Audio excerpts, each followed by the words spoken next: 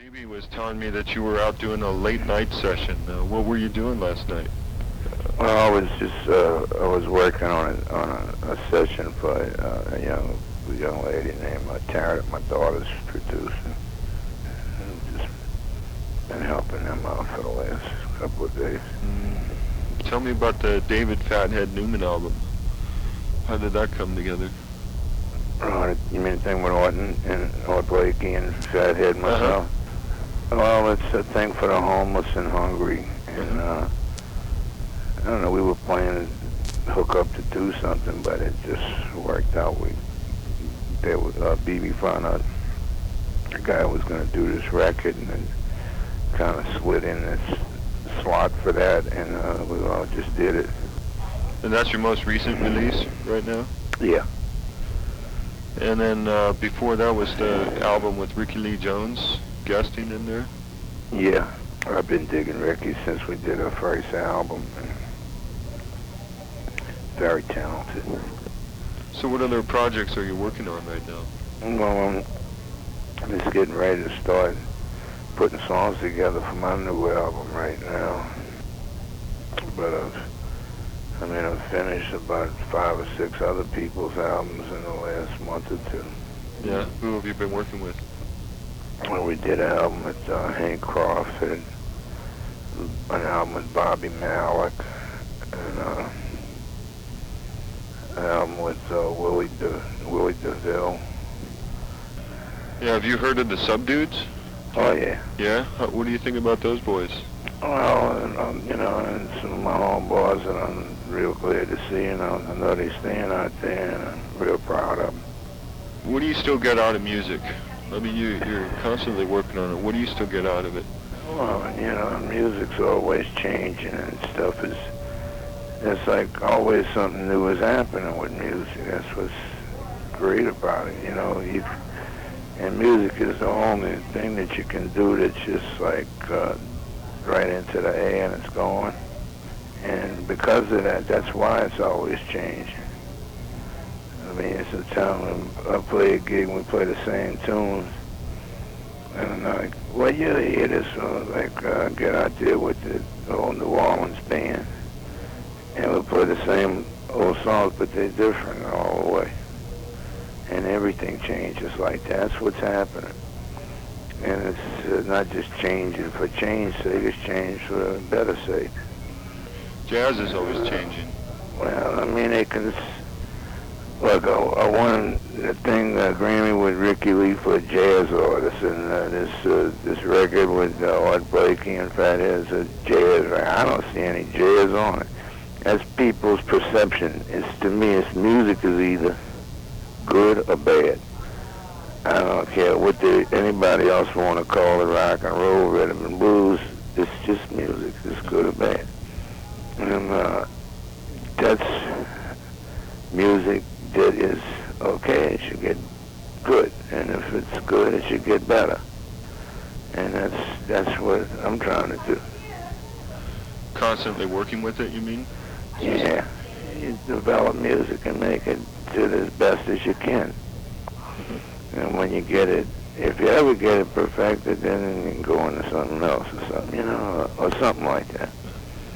Do you think it's possible to perfect music? No, but it's a goal, For instance, New Orleans music is definitely different than, like, Chicago music. Right. What would you characterize New Orleans music as?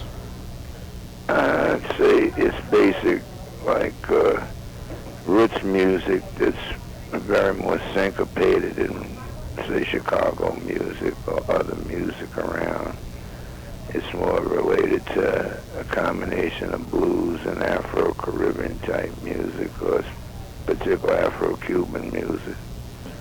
But it's it's a combination of medically proved ingredients. It's Long's rhythm is all of the old influence, the African and the French and the Spanish, that's all part of it. In this day and age, it's more connected to the Afro-Cuban music, some of the Brazilian music, certain music that came out through the Gulf of Mexico, and just in the way New Orleans music.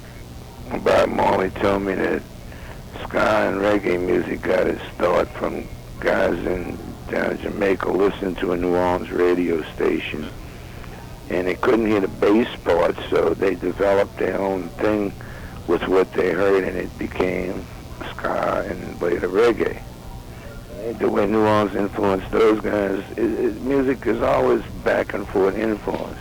But when you're in an area where there's so much creative music, in the Caribbean area, and New Orleans is a part of that, that it gets a whole different thing, because when New Orleans people migrate into New Orleans, they don't get a chance to hang with a group of their own people. They stuck mixing and melting in, and that's where we get a musical gumbo.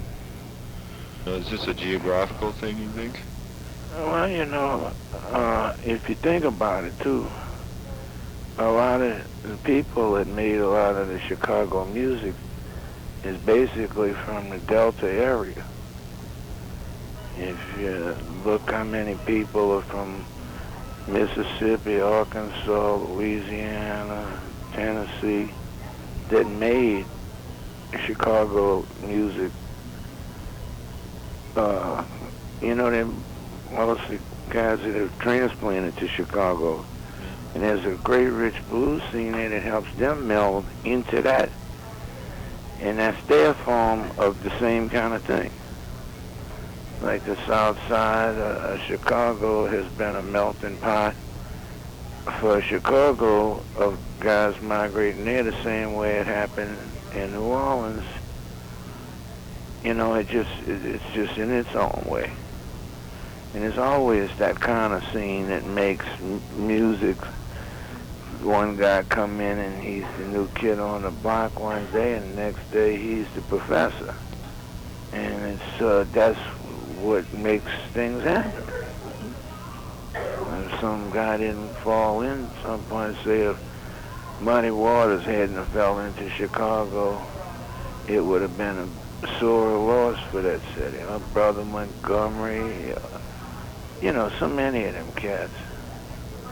It's like, I sure would have missed not hearing Willie Dixon's song sung by Howlin' Wolf and Muddy Waters and Lil Walter and all them bad cats.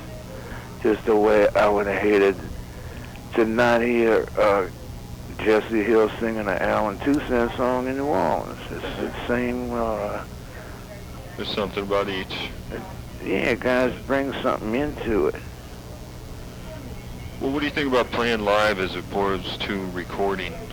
A studio musician for over 35 years, as well as a gigging musician. There's something very, like the way we used to record in the 50s, it was more basic and real. The way most people record today with overdub and all, it has nothing to do with music. The way the rap kids make records today with tape loops and everything is like, I don't know, it's all electronics, gimmickry.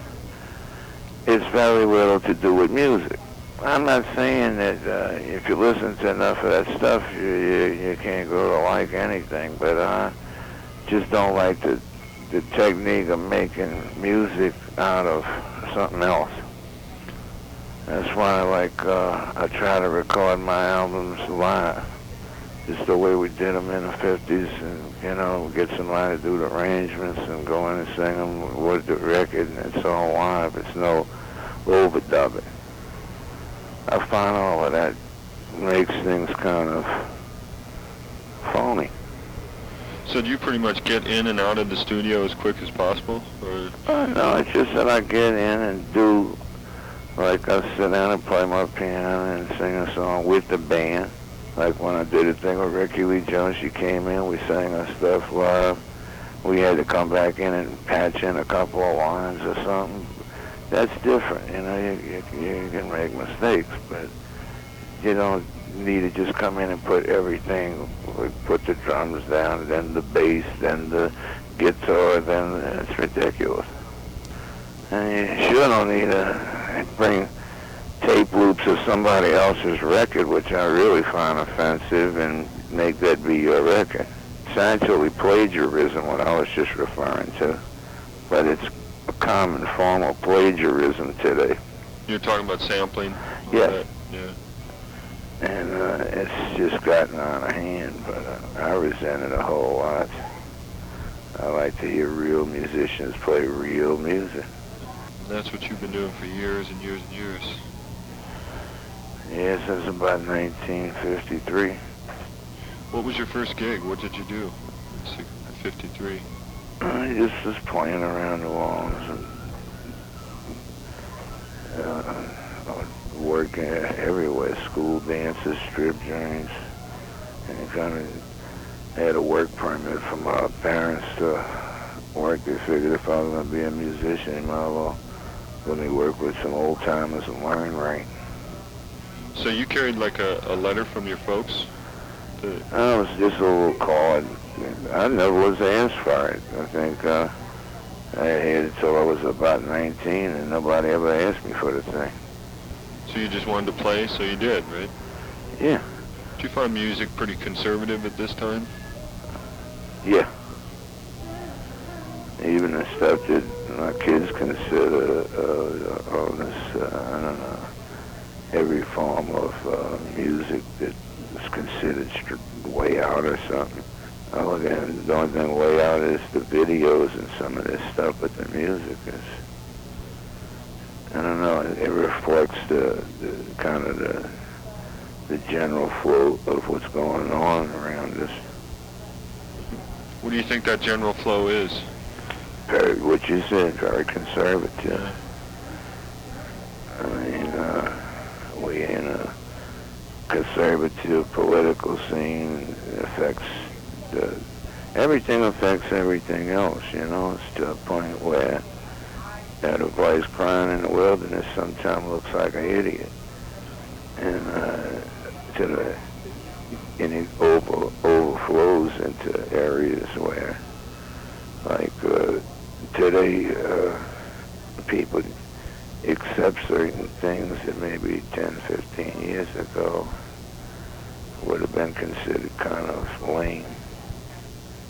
And I think this has to do a lot with packaging and the way things are presented more than anything else.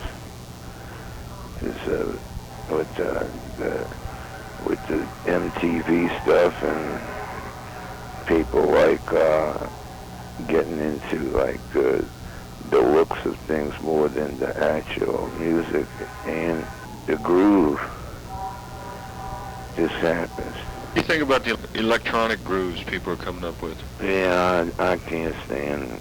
And just last night I heard like well done versions of that stuff.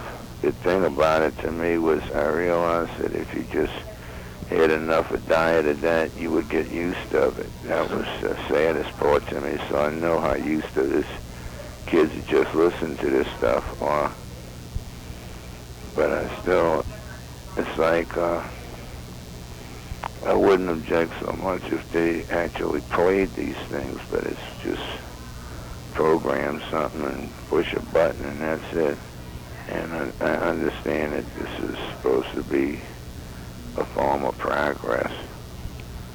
I just don't happen to, you know, I mean, I've had some of these kids tell me, hey, Doc, you're like obsolete, man, you gotta do this stuff this way. And I know that they really believe in what they're doing, and I don't knock them for doing what they believe, you know.